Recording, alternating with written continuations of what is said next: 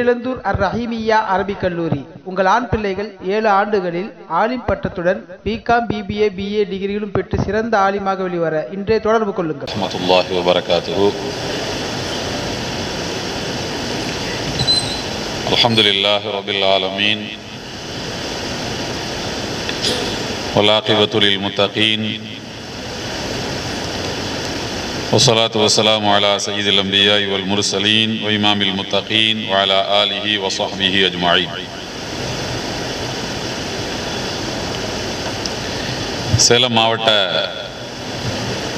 ஜமாத்துல் உலமா சபை நடத்துகின்ற சிறப்பு வாய்ந்த இந்த ஷரியத் மாநாட்டினுடைய 2வது அமர்வுக்கு தலைமை ஏற்றிருக்கக்கூடிய சேலம் மாநகர ஜமாத்துல் உலமா சபையினுடைய தலைவர் ஹசரத் அவர்களே, சிறப்பு வாய்ந்த இந்த அமர்வில் தங்களுடைய பங்களிப்பை தந்து அமர்ந்திருக்கின்ற அறிஞர் பெருமக்களே, மேடையிலே வீற்றிருக்கக்கூடிய சங்கைக்குரிய மார்க்க அறிஞர்களே,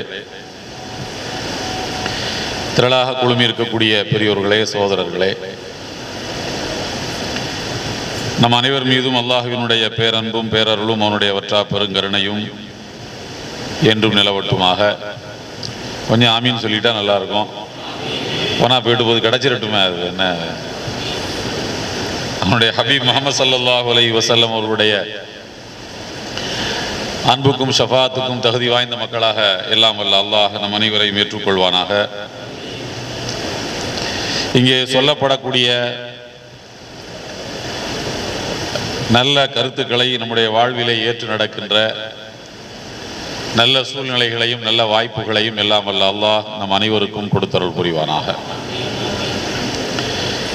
அன்புக்குரிய சகோதரர்களே,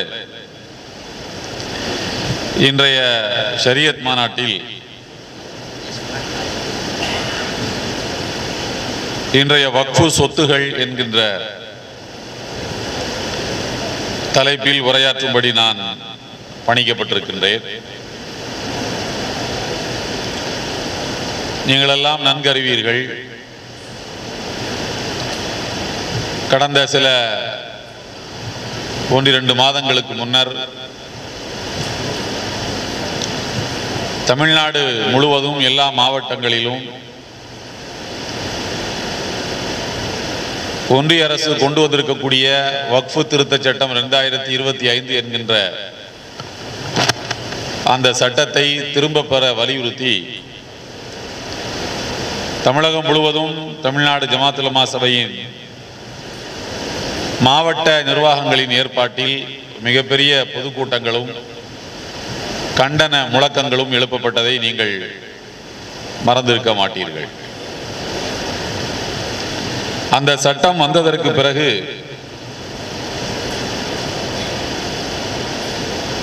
உச்சநீதிமன்றத்தில் முஸ்லிம்கள் எல்லாம் வழக்கு தொடுத்தார்கள். முஸ்லிம்களின் சார்பிலே அந்த வழக்குகள் தொடுக்கப்பட்டன. வழக்கு தொடுக்கப்பட்டு கடந்த செப்டம்பர் 15ஆம் தேதி முதலாவது தீர்ப்பு வந்திருக்கிறது. அடுத்து இன்னொரு தீர்ப்பு நவம்பர் மாதத்தில் அல்லது அதற்கு பின்னர் இன்ஷா அல்லாஹ் வரவிருக்கிறது.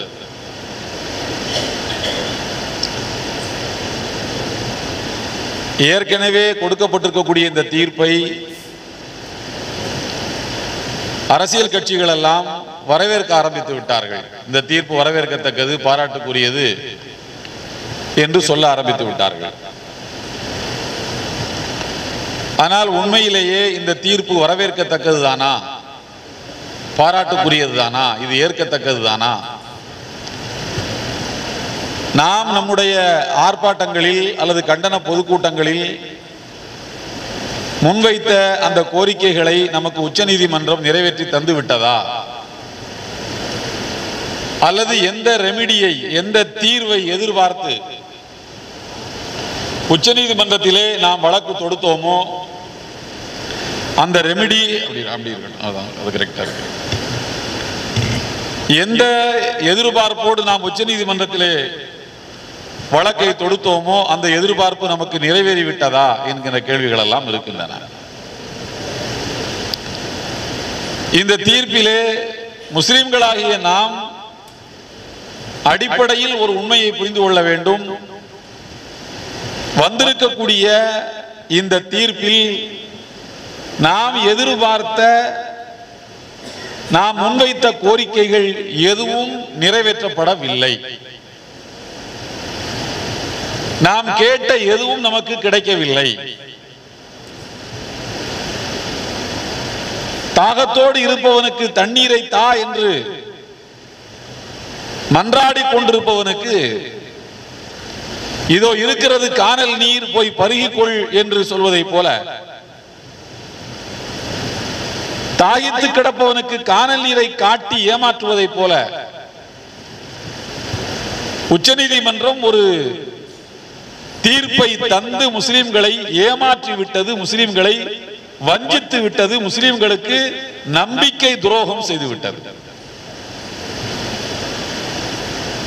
ஆனால் வழக்கு போட்ட கட்சிகள் எல்லாம் இந்த தீர்ப்பை வரவேற்கிறார்கள். ஏன் வரவேற்கிறார்கள் என்றுதான் நமக்கு தெரியவில்லை. என்ன ரெமெடி, என்ன தீர்வு கிடைத்ததற்காக இதை வரவேற்கிறார்கள் என்று நமக்கு தெரியவில்லை. நான் சில அரசியல் கட்சி தலைவர்களை சந்திக்கும் போது சொல்வது உண்டு, இதிலே இவ்வளவு விஷயம் இருக்கிறதா, இதிலே இவ்வளவா உங்களுக்கு பாதிப்பு இருக்கிறது என்று கேட்பார்கள். நான் சொல்வேன் அவர்களிடத்தில், நீங்கள் எல்லாம் உங்களுடைய வாழ்நாளில் ஒரு மாதமாவது முஸ்லிமாக வாழ்ந்து பார்த்தால் தான் உங்களுக்கு தெரியும் இந்தியாவில் எங்களுக்கு நடக்கக்கூடிய கொடுமைகளை நீங்கள் புரிந்து கொள்வதற்கே ஒரு மாசம் முஸ்லிமா வாழ்ந்தாதான் உங்களுக்கு தெரியும் என்று நான் சொல்வது. அவர்களெல்லாம் கொஞ்சம் வியப்படைவார்கள், கொஞ்சம் சிரித்துக் கொள்வார்கள். ஒரு மனிதனுடைய வலியும் வேதனையும் எப்போது தெரியும் என்றால் அவனாக மாறும் போதுதான் நமக்கு தெரியும். அந்த அடிப்படையில் வழங்கப்பட்டிருக்கக்கூடிய இந்த தீர்ப்பு பாராளுமன்றத்திலே நிறைவேற்றப்பட்ட சட்டம் முஸ்லிம்களுக்கு எவ்வளவு பெரிய அநீதியை செய்ததோ, அக்கிரமத்தை செய்ததோ, அடாத செயலை செய்ததோ, அதற்கு கொஞ்சமும் குறைவில்லாமல் இந்த தீர்ப்பு முஸ்லிம்களை ஏமாற்றி வஞ்சித்திருக்கிறது. இதை தெளிவாக முதலிலே புரிந்து கொள்ளுங்கள். நான் இப்போது சில விஷயங்களை உங்களுக்கு சொல்ல விரும்புகின்றேன். முதலாவது, உச்சநீதிமன்றம் செப்டம்பர் 15 அன்று வழங்கியிருக்கக்கூடிய இந்த தீர்ப்பினுடைய சட்ட அந்தஸ்து என்ன, இதுக்கு என்ன மரியாதை? இன்னொரு தீர்ப்பு வரப்போகிறது நவம்பரில் என்று சொல்கிறார்கள். அப்படியானால் இந்த தீர்ப்பு எதற்கு? அந்த தீர்ப்பை மொத்தமாகவே கொடுத்திருக்கலாமே ஒரேடியாக. எதற்காக செப்டம்பர்ல 1 நவம்பர்ல 1 என்று இன்ஸ்டால்மெண்ட்ல எதற்காக தீர்ப்புகளை கொடுக்கிறார்கள் என்கிற கேள்வி உங்களுக்கு வரலாம். இப்போது கொடுக்கப்பட்டிருக்கக்கூடிய இந்த தீர்ப்பினுடைய சட்ட அந்தஸ்து என்பது பிரேமா ஃபேசி கன்சிடரேஷன் என்று சொல்வார்கள். அதாவது ஒரு இந்த நோட்டீஸ் இருக்கிறது, நோட்டீஸை பார்த்தேன், ரொம்ப அழகா இருக்கு, எழுத்துக்கள் ஃபாண்ட் எல்லாம் ரொம்ப பிரமாதமா இருக்கு. அதே மாதிரி சோசியல் மீடியால உலவ விட்டு இருந்தார்கள் சில போஸ்டர்கள், நல்லா இருக்க, யார் பண்ணதுன்னு கேட்டேன். அபுதாரசிட்ட கேட்டேன், ரொம்ப நல்லா இருக்கு, அதுல நம்மள யூஸ் பண்ணிக்கலாமே, மாநிலத்துக்கு ஒழுங்கான ஆள் கிடைக்காம தவிச்சுக்கிட்டு இருக்காங்க மாதிரி நோட்டீஸ் போடுறதுக்கெல்லாம். இலியாஸ் பாய்னு சொன்னா, யார் இந்த இலியாஸ் பாய்? சரி, ரைட், அளவு இல்லை, அவரை பயன்படுத்திக்கிடுவோம் இன்ஷா அல்லாஹ். பயன்படுத்திக்கலாம்ல இது? சரி சரி, அல்ஹம்துலில்லாஹ். பார்த்த உடனேயே ஒரு அபிப்பிராயம், ஒரு ஒப்பீனியன், ஃபர்ஸ்ட் லுக், முதல் காட்சியில் தோன்றக்கூடிய ஒரு ஒப்பீனியனுக்கு பேர் தான் பிரேமா ஃபேசி கன்சிடரேஷன் என்றதற்கு பெயர். நீங்கள் புரிந்து கொள்ளுங்கள், வழக்கு போட்டு 2-3 மாதங்களுக்கு பிறகு உச்சநீதிமன்றம் அந்த சட்டத்தை பாராளுமன்றத்திலே முஸ்லிம்களை ஏமாற்றி இரவோடு இரவாக ராத்திரி 2 மணிக்கும் 3 மணிக்கும் ஏதோ வேண்டாத ஒருவனுடைய வீட்டுக்கு போவதை போல, 3 மணிக்கு இருட்டுக்குள்ள யோகியனுக்கு என்ன வேலை என்று கேட்பார்கள் அல்லவா, இருட்டுக்குள்ள யோக்கியனுக்கு என்ன வேலை? ராத்திரி நள்ளிரவில் 2 மணிக்கு இந்த சட்டத்தை கொண்டு வர வேண்டிய தேவை என்ன என்கிற கேள்வி இருக்கிறது. அப்படி இரவோடு இரவாக கொண்டு வரப்பட்ட அந்த சட்டத்தை உச்சநீதிமன்றம் அப்படி ஒரு தடவை அப்படி திருப்பி பார்த்து விட்டு இந்த சட்டத்திலே எந்த குறையும் இல்லை என்று சொல்லிவிட்டது. உச்சநீதிமன்றத்துக்கு போனால் நமக்கு தீர்வு கிடைக்கும், முடிவு கிடைக்கும், ஆசுவாசம் கிடைக்கும், நம்முடைய மனக்கவலைகளுக்கு மருந்து கிடைக்கும் என்று நம்பி போன முஸ்லிம்களுடைய முகத்திலே உச்சநீதிமன்றம் கரியை பூசி அனுப்பி இருக்கிறது. போங்கடா, தீர்ப்பு இதுதான், எடுத்துட்டு போங்க என்று சொல்லி அனுப்பி இருக்கிறது. நாம் கேட்ட எதுவும் நமக்கு கிடைக்கவில்லை. பிறகு எப்படி அரசியல் கட்சிகள் எல்லாம் வரவேற்றார்கள்? நல்ல தீர்ப்பு என்று ஏன் திமுக சொல்லுச்சு, ஏன் காங்கிரஸ் சொல்லுச்சுன்னு கேள்வி இருக்கு. அவங்க எல்லாம் என்னண்டா, சட்டத்தினுடைய சில கிளாஸுகளை, சில விதிகளை உச்சநீதிமன்றம் பாராளுமன்றம் சொன்னதை போல ஏற்றுக்கொள்ளவில்லை, வேறொரு வடிவத்தில் ஏற்றுக்கொள்கிறது. ஆனால் அதுவும் நமக்கு தீங்காகத்தான் முடிகிறது. எனவே இந்த தீர்ப்பு என்பது பிரிமா ஃபேசி கன்சிடரேஷன் என்பது ஒரு முதல் லுக்ல அப்படி பார்த்த உடனே தெரியக்கூடிய ஒரு அபிப்பிராயம். இன்னும் விரிவான தீர்ப்பு அடுத்த மாதம் வரவிருக்கிறது. நான் சட்ட நிபுணர்களிடத்திலே பேசும்போது கேட்டேன், அந்த தீர்ப்பாவது ஓரளவுக்கு ஆசுவாசமாக இருக்குமா என்று கேட்டேன். அவர்கள் சொன்னார்கள், நீங்கள் ஜட்ஜ்மெண்டை இன்னும் பார்க்கவில்லையா என்று. பார்த்தேன்னு சொன்னேன். ஜட்ஜ்மெண்டை படித்தீர்களா? ஓரளவுக்கு தத்து புத்துன்னு படித்தேன், ஆங்கிலத்தில் இருந்ததை படித்தேன். தலைப்பு என்ன போட்டிருக்கிறது என்று கேட்டார்கள். ஜட்ஜ்மெண்ட் தான் போட்டிருக்குன்னு சொன்ன. அப்ப அது ஜட்ஜ்மெண்ட் தான், இது எப்படி மாறும் என்று கேட்டார்கள். இது ஒரு தீர்ப்பு, இது மாறாது. நீங்கள் ஏமாற்றப்பட்டது ஏமாற்றப்பட்டதுதான். உங்களுடைய முகத்திலே கரி பூசப்பட்டது பூசப்பட்டதுதான். நவம்பருடைய தீர்ப்பு வந்து உங்களுடைய முகத்தில் இருக்கக்கூடிய கரியை துடைக்க போவதில்லை, உங்களுக்கு ஆசுவாசத்தை தரப்போவதில்லை, உங்களுக்கு நல்ல தண்ணீரை தந்து உங்கள் தாகத்தை போக்க போவதில்லை. லண்டன் பிபிசி பேட்டி எடுத்தான், இடத்திலே பேட்டி கேட்டான் தொலைபேசியிலேயே. இந்த தீர்ப்பை பற்றி உங்கள் அபிப்பிராயம் என்னன்னு கேட்டான். நான் இப்போது சொன்ன வார்த்தையை தான் சொன்னேன். தாகத்தோடு இருப்பவனை 2 மாத காலம் தாகத்திலே போட்டு வாட்டி வதக்கி, இதோ இருக்கிறது காணல் நீர், போய் குடித்துக் கொள்ளு, நானெல்லாம் எடுத்து தரமாட்டேன் என்று ஏமாற்றியதை போல இருக்கிறது என்று சொன்னேன். இப்போது நான் விஷயத்துக்கு வருகின்றேன். இந்த சட்டம், வக்ஃபு திருத்த சட்டம்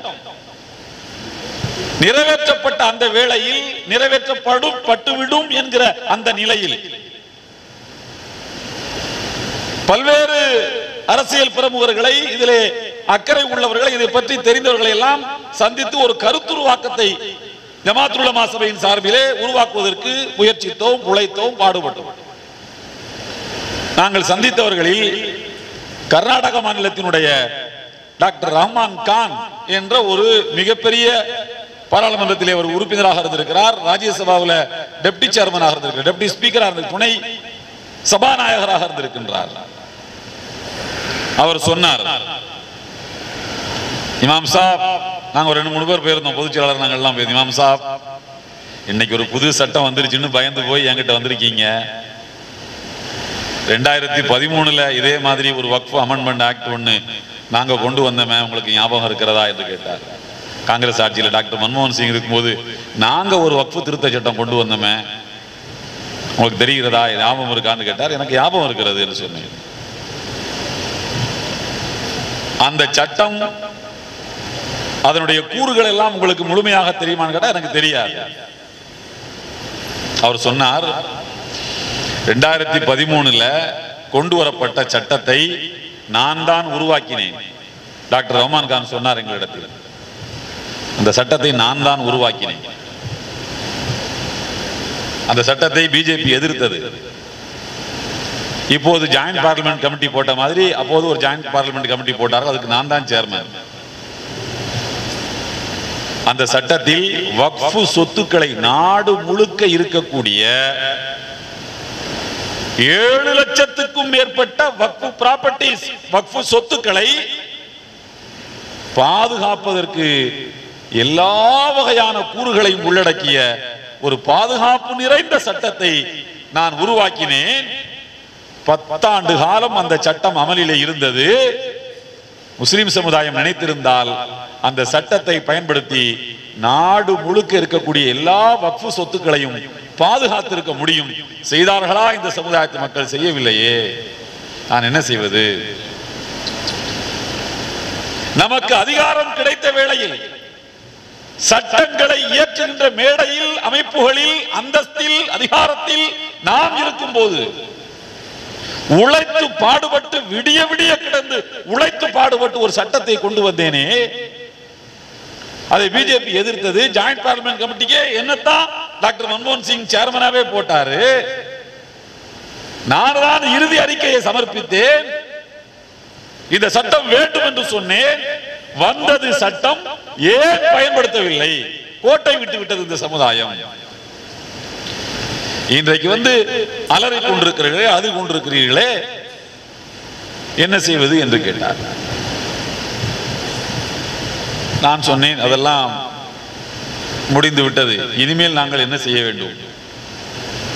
அவர் சொன்னார், நீங்கள் காத்திருக்கத்தான் வேண்டும், ஒரு வழியே கிடையாது. இந்த சட்டத்தை அவர்கள் நிறைவேற்றித்தான் தீருவார்கள். உச்ச நீதிமன்றத்துக்கு போனால் கொஞ்சம் ரிலாக்ஸ், கொஞ்சம் ஒரு ஆசுவாசம் கிடைக்கலாம். நாம் எதிர்பார்த்த ஆசுவாசம் கிடைக்கலாம், வாய்ப்புண்டு, கிடைக்காமல் போகலாம். ஆனால் நீங்கள் காத்திருக்க வேண்டும்.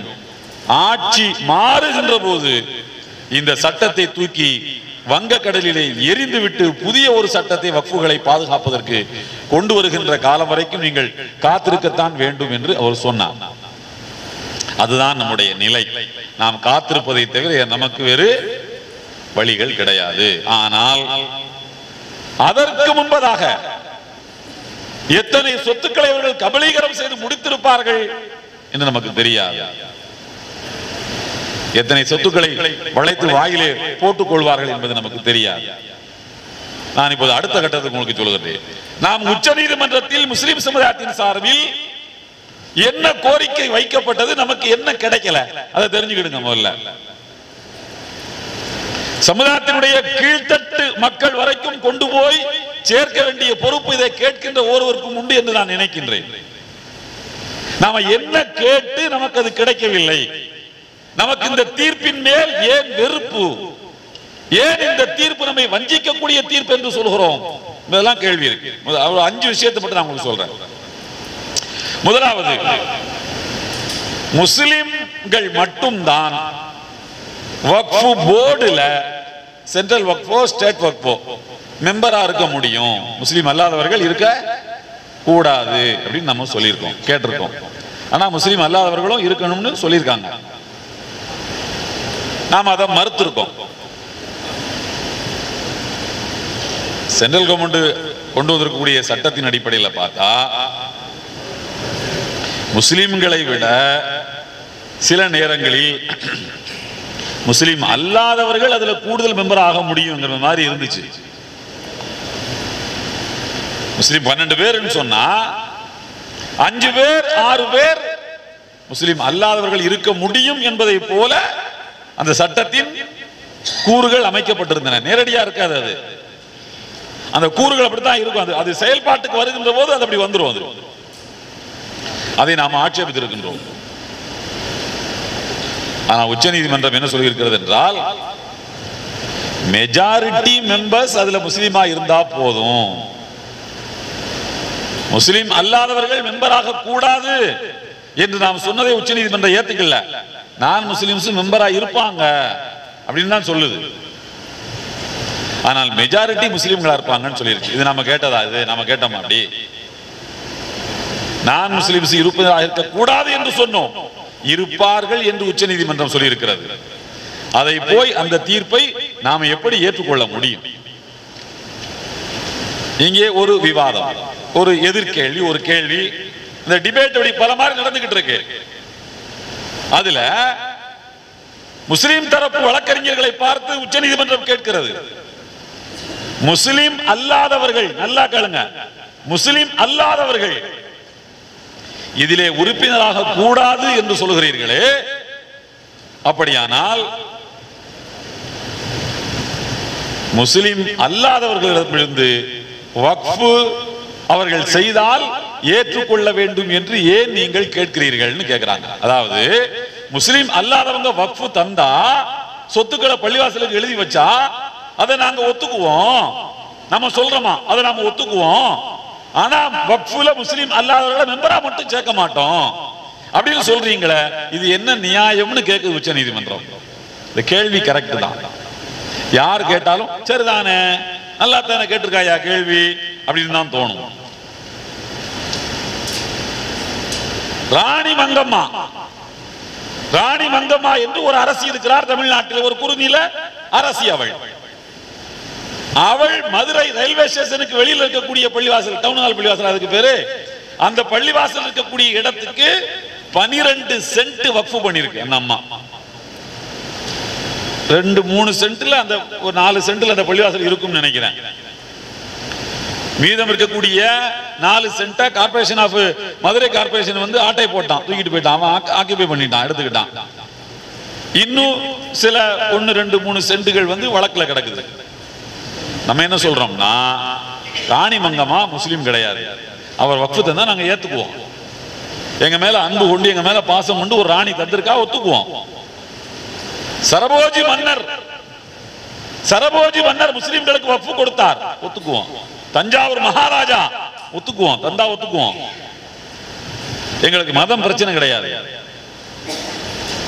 அப்ப நீங்க இதுல மெம்பரா சேர்த்துக்க வேண்டியதானே, நான் முஸ்லிம் மெம்பரா சேர்த்துக்க வேண்டியதானே அப்படின்னு உச்ச நீதிமன்றம் கிராஸ் பண்ணுது.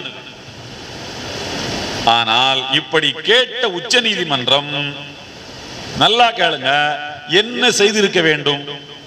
ஒண்ணு, நான் முஸ்லிம் வக்ஃப் கொடுத்தா செல்லாது என்று சொல்லிவிட்டு நான் முஸ்லிம் அதுல மெம்பராகவும் போக கூடாது, வக்ஃப் கொடுக்கவும் கூடாது அப்படின்னு சொல்லி, இது only for Muslims by Muslims வந்து டு முஸ்லிம்ஸ், முஸ்லிம்களால் முஸ்லிம்களுக்கு கொடுக்கப்படக்கூடிய வக்ஃப். இது முஸ்லிம் அல்லாதவர்கள் கொடுத்தாலும் நீங்க ஒத்துக்கப்படாது, முஸ்லிம் அல்லாதவர்கள் அதுல மெம்பர் அவன் சொல்லக்கூடாது அப்படின்னு சொல்லி இருந்தா அவன் யோக்கியன்.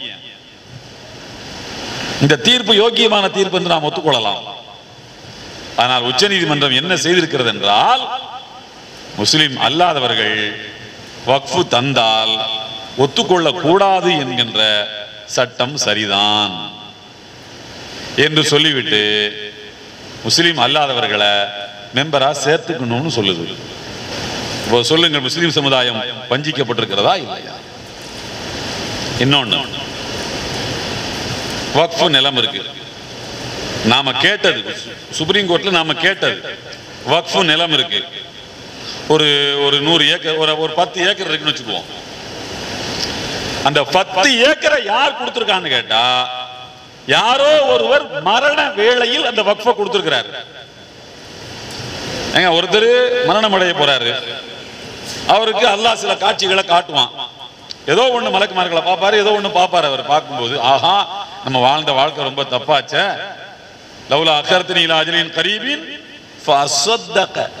அப்ப மனுஷன் நினைக்கிறது, கொஞ்சம் தர்மம் கொடுத்துட்டு வந்தா நல்லா இருக்கும்னு தான் நினைப்பானா. கடைசி நேரத்துல 2 ரக்காத் தொழுதா நல்லா இருக்கும்னு நினைக்க மாட்டானா, ஒரு ஹஜ்ஜுக்கு போயிட்டு வந்தா நல்லா இருக்கும்னு நினைக்க மாட்டானா.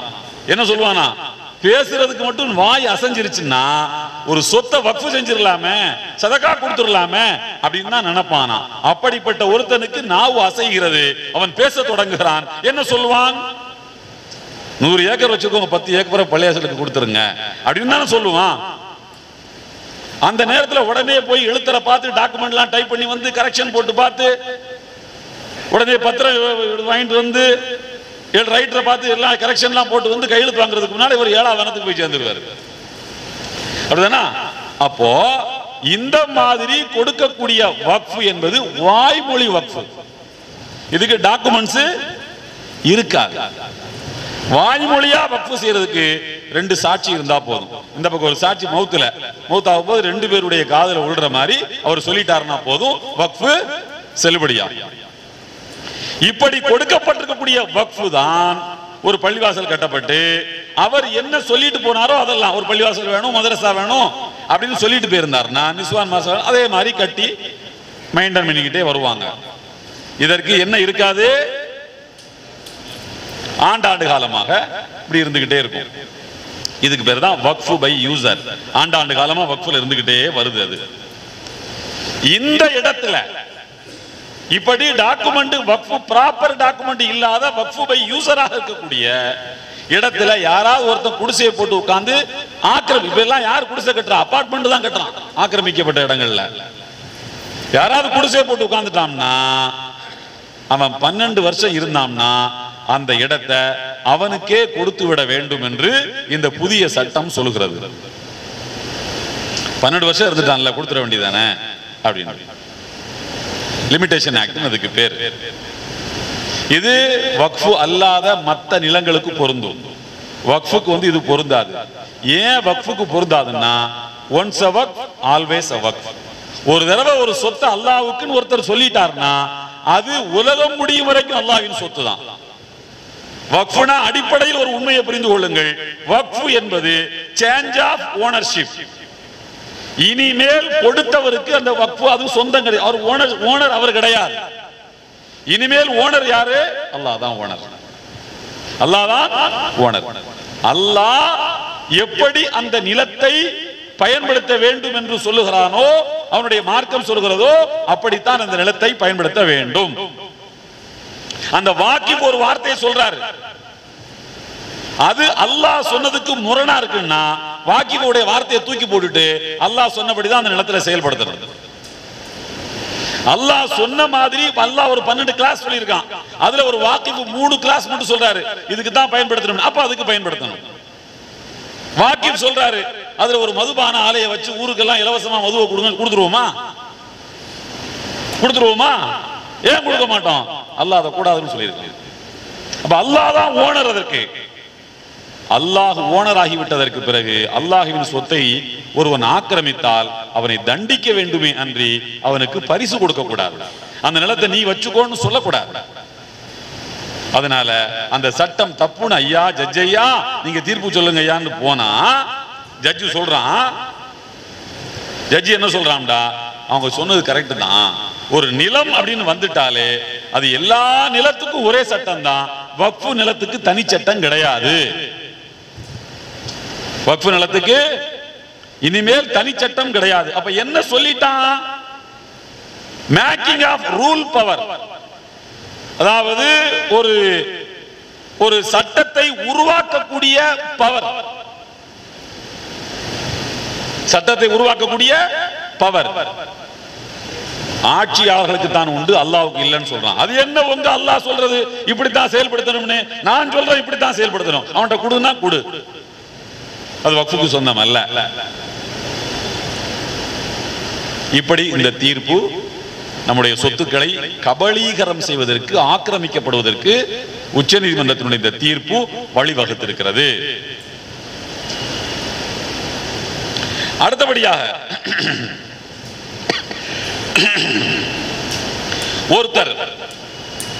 ஒருத்தர் வக்ஃபு செய்யணும்னு சொன்னா முஸ்லிமா இருந்தா போதும் அப்படிங்கிறதோட அவன் நிக்கல. நம்மளை பொறுத்த வரைக்கும் நம்ம சட்டத்துல ஒரு நான் முஸ்லிம் வக்ஃபு செஞ்சாலும் அது செல்லும். ராணி மங்கம்மா கொடுத்தா செல்லும், சரபோஜி மன்னர் கொடுத்தா செல்லும், வீர் சிவாஜி கொடுத்தா செல்லும். ஆனா இவன் என்ன சொல்றான்னா, நான் முஸ்லிம் அல்லாதவர்கள் வக்ஃபு கொடுத்தா இனிமேல் அது செல்லாதுங்கிறான். அதோட விட்டானா? முஸ்லிம் மட்டும்தான் வக்ஃபு செய்ய வேண்டும் என்று சொன்னால் அதை கூட நாம தாங்கிக் கொள்ளலாம். அவன் என்ன சொல்றான்னா, ஒருத்தர் வக்ஃபு செய்யணும்னா குறைஞ்சபட்சம் அவரு 5 வருஷமாவது முஸ்லிமா வாழ்ந்திருக்கணும். பிராக்டிசிங் முஸ்லிம், முஸ்லிமாக வாழ்ந்திருக்கணும்ங்கிறான். யாரா கண்டுபிடிக்கிறது முஸ்லிமா வாழ்றத? யார் கண்டுபிடிக்கிறது? அந்த பள்ளிவாசல் ஹஸரத் லெட்டர் கொடுக்கணுமா? கலெக்டர் லெட்டர் கொடுக்கணும்? யார் ஜமாத் தலைவர் லெட்டர், யார் லெட்டர் கொடுக்கணும்? 5 வருஷம் வாழ்ந்தாரு. நம்ம சமுதாயத்தில் சுபஹானல்லாஹ் ஏன் கணக்குப்படி ஒரு 10 பேர் முஸ்லீம் இல்லைன்னு நான் சொல்லுவேன், அவன் என்னையெல்லாம் சேர்த்து முஸ்லீம் இல்லைன்னு சொல்லுவான். அந்த மாதிரி நிறைய மாஷா அல்லாஹ்னு நிறைய இங்க காஃபிராக்கக்கூடிய வேலைகள் சமுதாயத்தில் நிறைய நடந்துட்டு தானே இருக்கு. அப்ப எனக்கு வேண்டாத ஒருத்தன் போய் வேற ஏதாவது ஜமாத்துல லெட்டர் கேட்டா, இல்லையா சரியாச்சியா அவர் முஸ்லீமே கிடையாதுன்னு பத்துவா கொடுப்பான். கொடுப்பானா கொடுக்க மாட்டானா? அப்ப நான் வக்ஃபு கொடுப்பதை தடுக்க வேண்டும் என்று ஒரு அரசு நினைத்தால் எனக்கு வேண்டாதவன்ட்டு போய் ஃபத்வா வாங்க முடியுமா முடியாதா? நான் நகைப்புக்காக இப்ப சொல்றேன் உங்களுக்கு. ஆனா இந்த அயோக்கியர்கள் இதெல்லாம் செய்யக்கூடிய குணம் உள்ளவர்கள் தான். 5 வருஷம் முஸ்லிமா இருக்கணும்னு நீ சொல்ற, ஏன் அப்படி சொல்ற? கேட்கிறார்கள், எதற்காக 5 வருடம் முஸ்லிமாக இருக்க வேண்டும் என்று சொல்கிறீர்கள் ஒரு கேள்வி வருது உச்ச நீதிமன்றத்தில். அப்போது உச்ச நீதிமன்றம் சொல்லக்கூடிய அந்த வார்த்தை இருக்கு பாருங்க, அது ஒரு முஸ்லீம் வழக்கு போட்ட முஸ்லீம்களை கூப்பிட்டு நெஞ்சில கத்தி வச்சு குத்தி சாகடிச்சிருந்தா கூட நம்ம அவ்வளவு வருத்தப்பட்டிருக்க மாட்டோம். அதுக்கு என்ன சுப்ரீம் கோர்ட் என்ன சொல்லுது தெரியுமா? ஜட்ஜி என்ன சொல்றா தெரியுமா? தீர்ப்பினுடைய வரிகள் என்ன சொல்கிறது தெரியுமா? 5 இடங்கள்ல அந்த ஜட்ஜ்மெண்ட்ல பிரைமா ஃபேசி கன்சிடரேஷன் ஜட்ஜ்மெண்ட்ல வந்து 5 இடங்களில் நாங்க எங்க அறிக்கையில ஜமாத் உலமா அறிக்கையில அந்த பாரா நம்பரை சொல்லியிருக்கோம். இத்தனாவது பாராவில் 34 38 இந்த பாராக்கள் எல்லாம் இந்த வார்த்தையை நீ சொல்லியிருக்கிறாய் என்று சொல்லியிருக்கிறோம். என்ன சொல்றான்னா கிளவர் டிவைஸ் என்ற ஒரு சொல்லை பயன்படுத்துகிறார்கள். கிளவர் டிவைஸ் என்றால் உங்களுக்கு தெரியும், தந்திரமான ஒரு ஆயுதம். என்ன உங்களுக்கு கொஞ்சம் விரிவா சொல்றேன். அதாவது இந்தியா நாட்டு சட்டப்படி முதல் மனைவி உயிரோடு இருக்கும்போது 2வது கல்யாணம் பண்ணக்கூடாது. அப்படிதானா? 2 கல்யாணம் 2வது கல்யாணம் எதுவும் பண்ணக்கூடாது. அவனை அரெஸ்ட் பண்ணலாம் மாப்பிளக்காரனை, ஆனா வச்சுக்கலாம். கல்யாணம் மட்டும் பண்ணக்கூடாது, ஹலாலா மட்டும் பண்ணிடாத, அப்புறம் நாங்க உன்னை வந்து அரெஸ்ட் பண்ணிடுவோம். ஹராமா என்ன வேணாலும் பண்ணிக்க, இது சட்டம். முதல் மனைவி கம்ப்ளைண்ட் பண்ணுனா தான் அவனை அரெஸ்ட் பண்ண முடியுங்கிறது விதி. அவ கம்ப்ளைண்டே பண்ணலன்னா அரெஸ்ட் பண்ண முடியாது, இது சட்டம். இப்ப ஜட்ஜி என்ன சொல்றாருன்னா, சில பேர் நல்லா கேளுங்க, சில பேர் 2வது கல்யாணம் பண்ணி கைது நடவடிக்கையிலிருந்து தப்பிப்பதற்காக முஸ்லிமாக மாறுகிறார்கள். முஸ்லிமா மாறி 2வது கல்யாணம் பண்ணிட்டா அவனுக்கு என்ன வந்துருது? முஸ்லிம் பர்சனலா வந்துருது, ஷரியத் ஆக்ட் அடாப்ட் ஆயிருது. ஒரு முஸ்லிம் வந்து தகுந்த காரணம் இருந்தால் அவன் அதிகபட்சம் 4 திருமணங்களை செய்து கொள்ளலாம்.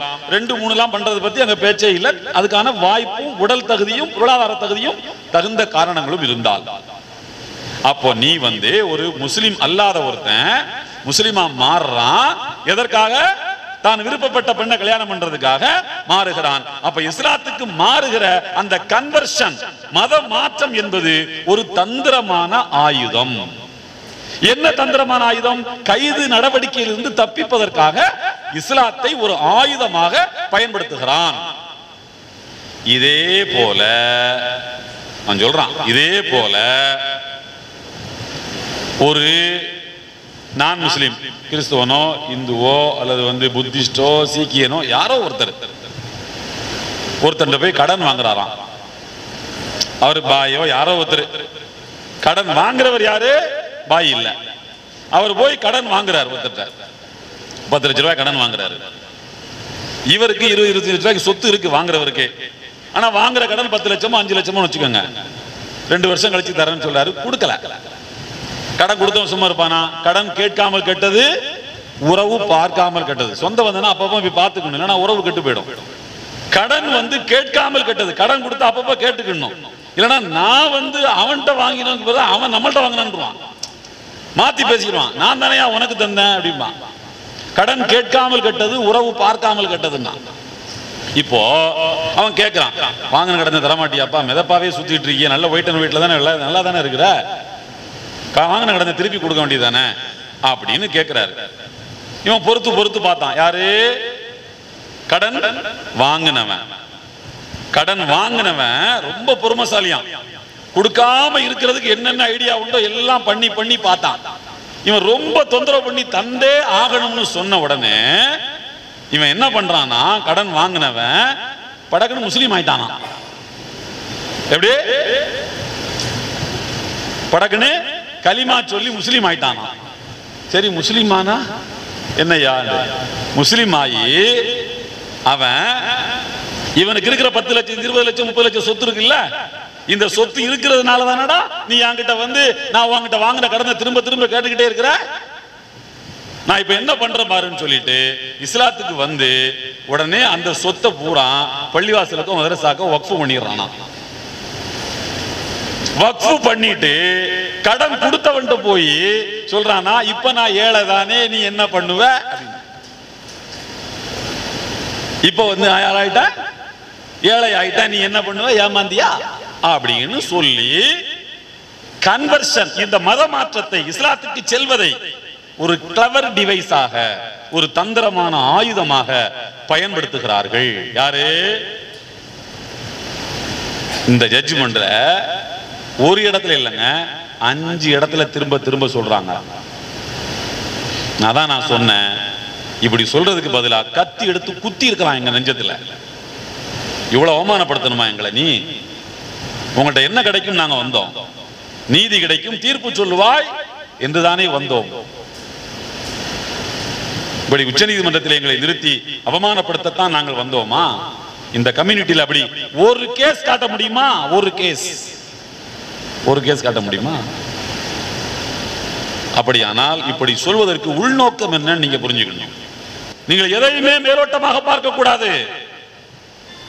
நான் அரசியல் கட்சி தலைவரிடம் அதைத்தான் சொல்லுவேன், அதை பலமுறை சொல்லி இருக்கிறேன். நீங்கள் எங்களுடைய வலியையும் வேதனையையும் ரணத்தையும் புரிந்து கொள்ள வேண்டுமானால் ஒரு மாதமாவது நீங்கள் முஸ்லிமாக வாழ்ந்து பாருங்கள். அப்பொழுதுதான் தெரியும் இந்த நாட்டில் எங்களை எவ்வளவு அவமானப்படுத்துகிறார்கள் என்று. சொன்னதுல என்ன சொல்ல வர்றான்னா, இஸ்லாத்துக்கு போனவங்க வேற ஏதோ ஒரு மதத்துல பிறந்து இஸ்லாத்துக்கு போன எல்லாருமே ஒண்ணு கல்யாணம் பண்றதுக்காக போயிருப்பான், அல்லது கடன் வாங்கிட்டு கொடுக்காம ஏமாத்துறதுக்காக போயிருப்பான், அல்லது ஃபாரின் மணி. மீனாட்சிபுரத்தை சொன்னால ரஹ்மத் நகர, வெளிநாட்டில இருந்து எம்ஜிஆரே சொன்னார், வெளிநாட்டில இருந்து பணம் வந்திருக்கு, அதனாலதான் அந்த காசை வாங்குறதுக்கு தான் எல்லாரும் இஸ்லாத்துக்கு போனாங்க தலித்துகள் எல்லாம் அப்படின்னு சொன்னார். ஒண்ணு ஃபாரின் மணி, ஃபாரின் ஃபண்ட், வெளிநாட்டு கரன்சிகளுக்காக போயிருப்பார்கள், அல்லது பெண்களுக்காக போயிருப்பார்கள், அல்லது வாங்கிய கடனை திருப்பி கொடுக்காமல் ஆட்டையை போடுவதற்காக இஸ்லாத்துக்கு போயிருப்பார்கள் என்கிற பிம்பத்தை தானே இந்தியாவில் நீ உருவாக்க விரும்புகிறாய். இன்றைக்கு இந்த ஜட்ஜ்மெண்ட் 1000 ஆண்டு காலம் ஆனாலும் உச்ச நீதிமன்றத்தினுடைய இந்த தீர்ப்பு இருக்கும், அழிக்க முடியாது. இந்த தீர்ப்பு உச்ச நீதிமன்றத்தில் இருக்கும், அதனுடைய ஆவணங்களில் இருக்கும். ஒரு 1000 ஆண்டு காலத்துக்கு பிறகு ஒருவர் வந்து பார்த்தாலும் கிடைக்கும். இது அவனுக்கு இந்த காலத்தில் என்ன நடந்தது என்று தெரியாது. 1000 ஆண்டு காலம் கழித்து ஒருவன் பார்த்தால் அவன் என்ன நினைப்பான்? இஸ்லாம் ஒன்றும் சும்மா இருக்கின்ற மார்க்கம் அல்ல.